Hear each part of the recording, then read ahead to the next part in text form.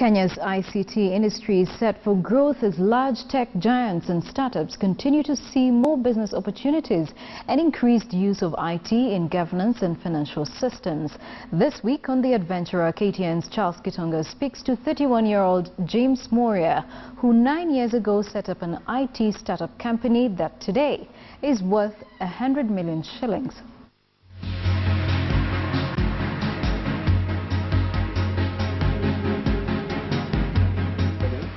In 2006, James Mworia had a dream to start an IT company that would stand out in the industry, and this is what we see today, Empire Microsystems Limited. And should I read, skills, technology, innovation. It tells us his entrepreneurship story today on The Adventurer. My name is James Mworia. I'm the team leader at Empire Microsystems.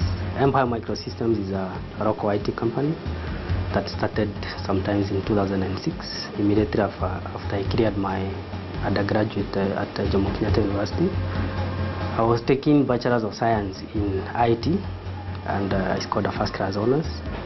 My final year project was a Circle Management Information System. As a project, as a final year project. Then in January 2006, I was supposed to look for an attachment. Then the client whom I approached to offer me an attachment offered me a job because of the system that I had done. So at that point, that's when I realized I have a skill in development, system development. And I turned out the job offer, and I took up the challenge as a service provider to develop the system as more of a consultant than an in-house developer. And that is when Empire Microsystems was born. How much initial capital did you start with, and where did it come from? My first sale was worth 300,000. I was paid a deposit of 100,000 shillings. And that deposit of 100,000 shillings is what I used to open a small office at Knowledge Union House, third floor. That is where my first office was. So my investment in the business is zero capital, but a lot of passion and skills in systems development. At the moment, what's the size of your company? I know now you are aware that we are preparing to list our company on the Nairobi Securities Exchange.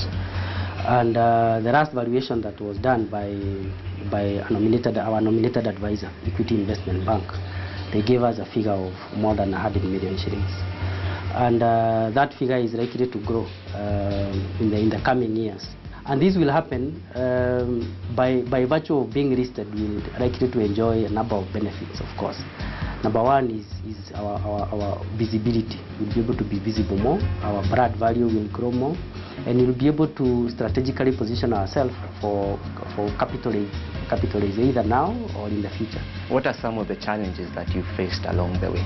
We have had a few challenges here and there. Of course, running a small business, you know that. Capital is one of the challenges, either raising capital or working capital, and availability of working capital.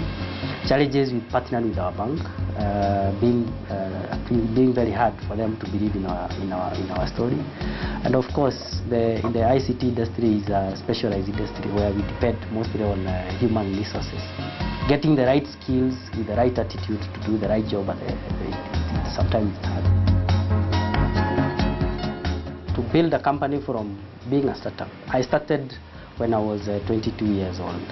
I declined some job offers when I was still 22 years old. And starting from day one to date that we have existed, it calls for a lot of passion, and it calls for a lot of persistence and consistency in what you want to pursue.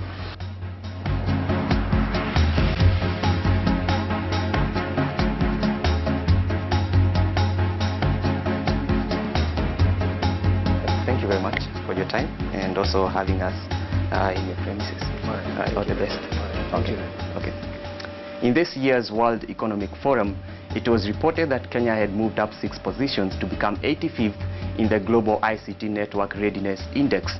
Of course, this could translate to a lot of opportunities for entrepreneurs in this sector, but the future belongs to those who believe in the beauty of their dreams. Charles Gitonga for The Adventure.